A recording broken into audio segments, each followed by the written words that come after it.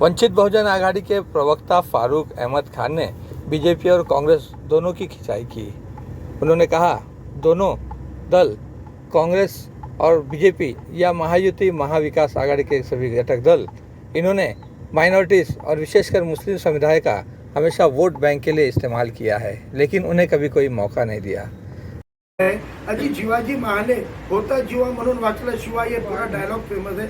जिवाजी महाले के नाम के स्मारक कहाँ बनाए, कितने बनाए उनको हमारे बहुजनों के नायक नहीं चलते हैं, क्योंकि उनको खलनायकों को नायक करना है। जो माफी वीर थे वो उनको स्वतंत्र वीर नजर आते हैं, और जो स्वतंत्र वीर थे उनको भुलाने की राजनीति ये कम्युनल पॉलिटिक्स करती है। इसलिए मुझे लगता है कि लोगों को अपने नायकों को जिंदा करना पड़ेगा। इस देश के अंदर नायक थोपे जा रहे हैं, आपको किसी थोपे हुए नायक के लिए नहीं, तो आपको अपने नायक के ऊपर अभिमान करना होगा, क्योंकि ये वो देश है जहाँ पर इस देश में राम को पूजने वाले भी हैं, रावण को पूजने वाले भी है। ये देश हमेशा आज़ाद रहा है। उसको जो नायक लगता है वो उसको पूजता है। तो राम को पूजने वाले भी है, रावण को पूजने वाले भी है। हमारा नायक कौन होगा ये हम तय करेंगे, ये हमारा अधिकार है, ये हमारी ऊपर कोई थोप नहीं सकता है। इसलिए मुझे लगता है कि अपने महामानव के लिए हमको अपने प्रतिनिधि चुनकर लाकर सत्ता की तिजोरी अपने हाथ में लेकर अपने कल्याण की योजनाओं को अमल में लाना होगा। इतनी बड़ी संख्या में माइनॉरिटी मुस्लिम्स और अम्बेडकरवादी समाज रहते हुए कभी भी किसी भी सेक्युलर पार्टी ने उनको चुनकर लाने के लिए जोर नहीं लगाया। ठीक उसी तरह जैसे औरंगाबाद के अंदर 25 सालों से कांग्रेस एनसीपी मिलकर वहां पर खुद की सीट और किसी मुस्लिम को चुनवा कर नहीं ला पाई थे, वही काम आज अली जनाब प्रकाश अम्बेडकर साहब के नेतृत्व में वंचित बहुजन आघाड़ी ने इस साउथ सेंट्रल मतदार संघ में निर्वाचन क्षेत्र में बीड़ा उठाया है कि अबुल हसन खान को इंशाल्लाह हम 2024 का मेंबर ऑफ पार्लियामेंट यहाँ से बनाने जा रहे हैं। आपने देखा कि यहाँ पर पिछली बारी में सेना भाजपा एक साथ लड़कर 4,06,000 पर सीट निकली हुई है, और अब आप देखते हैं कि जो सेक्युलर पार्टी के लोगों ने आपको आज तक सेना भाजपा से डरा कर वोट लिया है, आज वो एक भी सेक्युलर पार्टी मैदान में नहीं है। आपके सामने विकल्प बुरा और बहुत बुरा ही है। इसलिए आज एक विकल्प देने का काम वंचित बहुजन आघाड़ी ने यहाँ पर किया हुआ है, और हम जानते हैं कि इस बार 100% वंचित बहुजन आघाड़ी के जो उम्मीदवार है अबुल हसन खान इस साउथ सेंट्रल से चुनकर आ रहे हैं। 40 सालों में हमने जिनको वोट दिए वो आज विकल्प के तौर पे सामने नहीं है, लेकिन अब हम एक ऐसा विकल्प खड़ा करेंगे कि इंशाल्लाह आने वाले 40 सालों तक हमारा यह विकल्प यहाँ निर्वाचन क्षेत्र के काम है। अब आपके कोई क्वेश्चन? लेकिन कि मैं मुसलमानों की आवाज़ हूँ दिखाने चाहते हैं। पिछले 5 साल में मुझे बताइए, एनआरसी के वक्त कौन से पार्टी का नेता रास्ते पे उतरा? कौन से पार्टी का नेता रास्ते पे उतरा महाराष्ट्र की राजनीति में? आप बताइए मुझे। जब आपको यहाँ पर भोंगी की राजनीति की गई तब कौन से पार्टी का नेता रास्ते पे उतरा? जब नबी करीम सल्लल्लाहु अलैहि वसल्लम के बेहुरमती हो रही थी तब चुनकर आए वाले 70 साल से वोट लिए हुए किसी भी पार्टी के किसी भी धर्म के नेता ने उपाय नहीं निकाला। पैगंबर बिल का प्रपोजल बनाकर अम्बेडकर साहब ने उपाय निकाला। जब औरंगजेब टीपू सुल्तान के स्टेटस को लेके दंगे और फसादात हो रहे थे, उस वक्त में किसने आवाज उठाई? किसने औरंगजेब के मजार पे जाके उस मामले को रफा दफा करते हुए ये कहने की जरूरत दिखाई कि मैं यहाँ पर आया हूँ, अब मुझ पर गुनाह दाखिल करके दिखाओ? नहीं तो पुलिस स्टेशन में सर्रास तौर पे हम देख रहे हैं कि मामले दर्ज हो रहे थे। जब भी कोई भी मुसीबत आई हर बार वो उठे हैं। और साहब आपकी जानकारी लीजिए, हमने गठबंधन नहीं तोड़ा है। उस गठबंधन का लाभ अगर किसी को मिला, फायदा किसी को मिला तो वो मजलिस को मिला था वंचित बहुजन आघाड़ी की बदौलत, और वो फायदा लेने के बाद इम्तियाज जलील खुद लेटर निकालकर वो आघाड़ी के बाहर हो गए। उन्होंने सब्र से काम नहीं लिया, उन्होंने अपना सियासी ज़र्फ नहीं दिखाया, उसका नुकसान हुआ। अब हमने ये तय किया कि खुद वंचित की बहुत बड़ी लीडरशिप, आप देख रहे हैं कि मुंबई प्रदेश का अध्यक्ष यहाँ पर हमने मुस्लिम को दिया है। महाराष्ट्र कमेटी के अंदर कई मुस्लिम चेहरे हैं। महाराष्ट्र के कई जिलों पर हम माइनॉरिटी सेल में नहीं डालते हैं, हम फादर बॉडी पेरेंट बॉडी में अहम जिम्मेदारी पे देते हैं। इसलिए हमें लगता है कि वंचित बहुजन आघाड़ी मुसलमानों के लिए एक बेहतर विकल्प। सर पहले ईवीएम से गठबंधन टूटने के हमने जलील के सामने उतारा, हमने मांगा नहीं था, पहली बात। दूसरी बात है कि उन्होंने हमको कोई भी समर्थन दिया ऐसा पत्र हमको नहीं मिला। उनके भाषण की कोई क्लिप वायरल हुई है लेकिन आधिकारिक पत्र नहीं मिला, और उन्होंने हमको समर्थन देने से पहले हमारा उम्मीदवार जाहिर हो चुका था, इसलिए वो तो सवाल ही नहीं, उन्होंने उसे हमको मांगा भी नहीं। सर आपको मैं कहता हूँ कि 6 सीटों का प्रस्ताव लिखित रूप में ईमेल पर प्रेस कॉन्फ्रेंस का आप मुझे लाकर बता दें, हम राजनीति छोड़ देंगे। उन्होंने हमको 4 सीट का पहले और बाद में 5 का आंकड़ा बोला है। आपको हम बताएं 2019 में हमने इस महाराष्ट्र की 16 लोकसभा की सीटें ऐसी है जहां हमको 3 लाख से ज़्यादा, 3 लाख, पौने 3 लाख, 2.5 लाख, 2.25 लाख, 2 लाख, पौने 2 लाख वोट हमको मिले हैं 16 जगह पे, 16 लोकसभा में।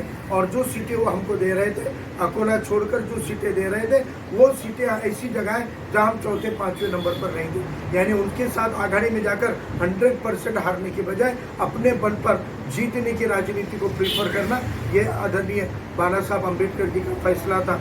दूसरी बात है कि वो खुद कहते हैं कि भाई अगर हम आघाड़ी में आते तो 40 सीटें हम जीतने वाले, आप उसका 10%, 15% तो दो, जो सीटों पे हमारा वोट है वो सीटें तो हमको दो। लेकिन आपने देखा है कि यह पार्टियां आपको कभी भी प्रतिनिधित्व तो नहीं देगी, इनको माइनॉरिटीज और पिछड़े तबकात की नुमाइंदगी नहीं चाहिए। ये पिछले 40-50 सालों से हम ये तजुर्बा लेते आए हैं। के अंदर किस आप हिसाब झूठ से बोल रहे हैं और गलत बोल रहे हैं। आप पत्रकार होके आपको झूठ बोलना शोभा नहीं देता। 35 सीटों की डिमांड तो छोड़ दो, एक भी फिगर की डिमांड हमने की वाला एक लेटर बताइए।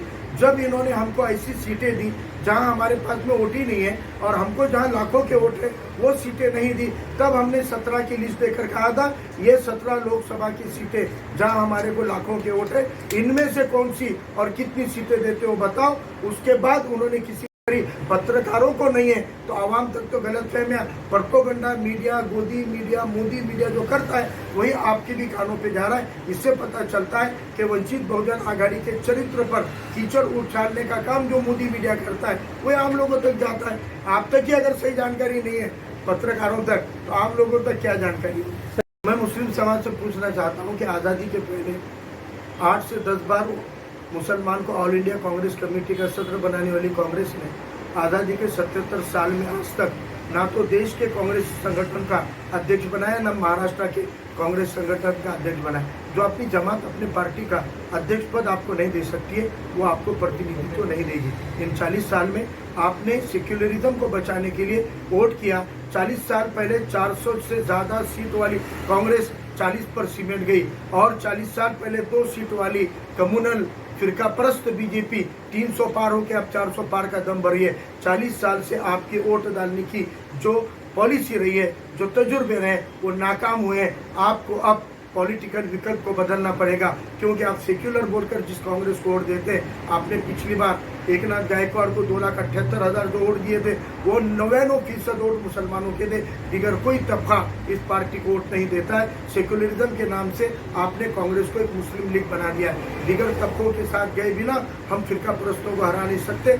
ये आपको गोल्डन चांस मिला हुआ है। यहाँ फिरका परस्त ताकतें तकसीम होने वाली है और इनकी तकसीम में, इनके डिवीजन में आपको गोल्डन चांस मिला है अपनी नुमाइंदगी को चुन कर लाने का। और मैं पूरे दावे के साथ कहता हूँ इंशाल्लाह 2024 का साउथ सेंटर का एमपी अबुल हसन खान वंचित बहुजन आघाड़ी से चुनकर आए। देखिए, हमने पिछले साल भी 5 लोकसभा के कैंडिडेट दिए थे, इस साल भी हमने 6-7 दिए हैं। इस साल हमारे 2 कैंडिडेट बनने के पीछे की वजह यह है कि जब कोई भी पार्टी महायुति हो कि महाविकास आघाड़ी हो, आज सेक्युलर अपने आप को सेक्युलर है प्रोजेक्ट करने वाली उद्धव जी की शिवसेना से मैं पूछना चाहता हूँ कि जिन बाला साहब ठाकरे को लोग कम्युनल नजर से देखते थे, उनको तो एक साबिर शेख मिल गया था उम्मीदवारी देने के लिए। क्या उद्धव साहब को एक भी साबिर शेख नहीं मिला पूरे महाराष्ट्र में जहाँ पर वो एक कैंडिडेट दे पाए?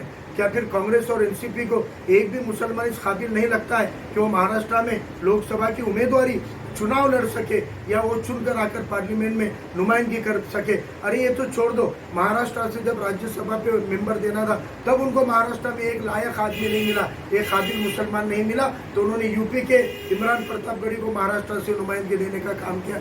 ये कांग्रेस एनसीपी की हकीकत को जान लीजिए, ये आपकी नुमाइंदगी बढ़ाने नहीं उसको डुबाने के लिए आई हुई जमात है। वंचित बहुजन आघाड़ी ने 19 में महाराष्ट्र में 25 साल 40 साल से सिवाय अंतुले साहब के एक भी मेंबर ऑफ पार्लियामेंट उस पार्लियामेंट में चुनकर नहीं गया जिस पार्लियामेंट में आपके शरीयत के कानून बनते हैं, आपके 3 तलाक के 370 के जैसे काले कानून एनआरसी सीए के जैसे बनते, उस पार्लियामेंट में 2 करोड़ महाराष्ट्र के मुसलमानों का एक भी नुमाइंदा नहीं था। 19 में भी प्रकाश अम्बेडकर साहब की वजह से गया और इंशाल्लाह 24 में भी प्रकाश अम्बेडकर साहब के साथ ही पार्लियामेंट में वंचित ही मुस्लिम एमपीज को भेजेंगे। हमारे पास में अपना खुद का 2 लाख से ज्यादा वोट है।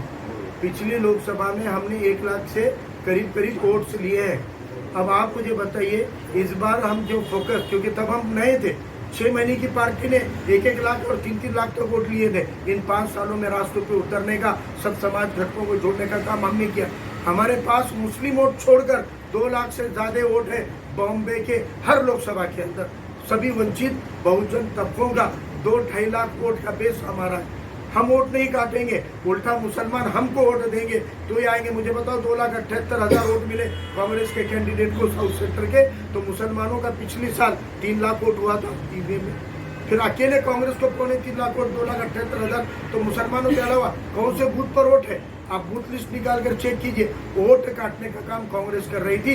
वोटों का बेस वंचित, और उसको अगर मुस्लिम वोट जुड़ता है, दिगर संविधान प्रेमी जुड़ता है तो कामयाबी मिलती है।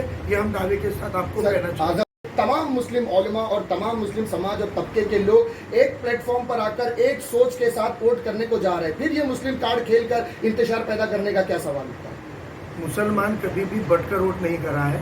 मुसलमानों ने खासतौर से सेक्टर में, मैं ये दावे के साथ कहता हूँ, इन 40 सालों में कांग्रेस नाम की सेक्युलर जमात को अपना जितना वोट होता है वो 90% करता आया है, क्योंकि वो सेक्युलरिज्म को बचाने की लड़ाई समझकर लड़ रहा था। लेकिन हम बीजेपी को हराने के बजाय कांग्रेस को जिंदा करने की झूठी जिद में अड़क गए, इसीलिए हम बीजेपी को भी हरा नहीं पाए और कांग्रेस को भी जिंदा नहीं कर पाए। इसलिए मुझे लगता है कि मुसलमान गलत विकल्प के ऊपर, गलत ऑप्शन के ऊपर वोट दे रहे थे। उनको एक सही मुतबादिल चाहिए था और वो 2019 में अवेलेबल हुआ।